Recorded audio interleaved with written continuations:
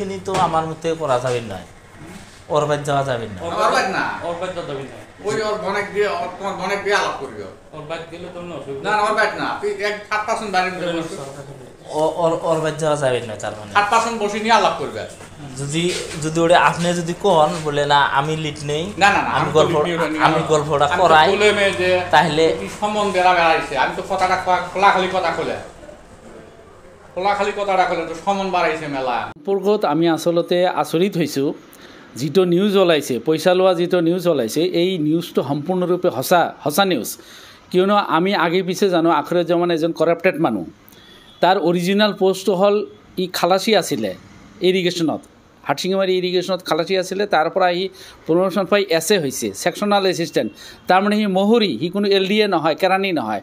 এই মানুহজনক লৈ গৈ চাৰ্কেল অফিচৰ নিচিনা ইমান এটা গুৰুত্বপূৰ্ণ অফিচত তাক বৰবাবু চকীত বহোৱা হ'ল। এই কাৰ্যৰ পিছত, এই কাৰ্যৰ বেকগ্ৰাউণ্ডত এটা ডাঙৰ চক্ৰৰ হাত আছে বুলি আমি আগৰ পৰাই সন্দেহ কৰিছোঁ। তাৰপিছত সি তাৰ ওচৰত গ'লে আমাৰ কোনো কামেই নহয়, পইচা নিদিলে তাক কোনো কামেই সি নকৰে।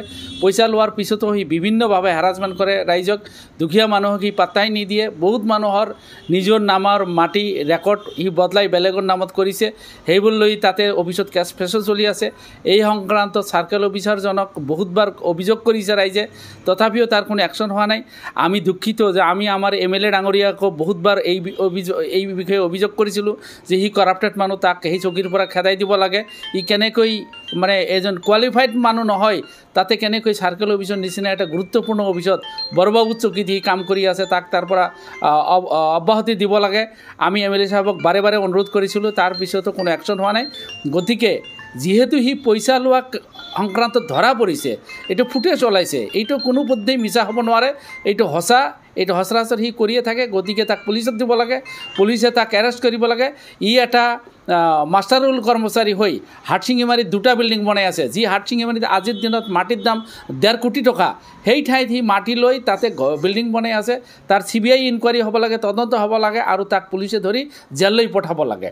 আমি এইখিনিয়ে বিচাৰিছোঁ। সম্পত্তিৰ মালিক, তাৰ 2টা বিল্ডিং, এটা বিল্ডিং তাৰ নিজৰ ঘৰত, আৰু এটা বিল্ডিং বনাইছে হাৰ্ড অফ টাউন SDO অফিচৰ ওচৰতে, আৰু এটা বিল্ডিং বনাই আছে।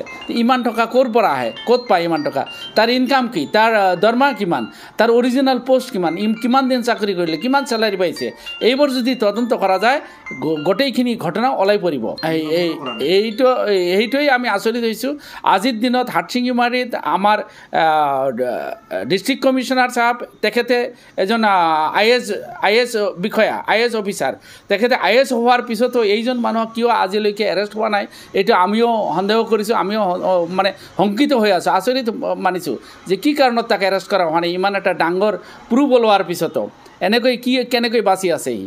আমি তদন্ত হ'ব লাগে, তাক এৰেষ্ট কৰিব লাগে, পুলিচত দিব লাগে, আৰু তাৰ সম্পত্তিৰ ইনকুৱাৰী হ'ব লাগে।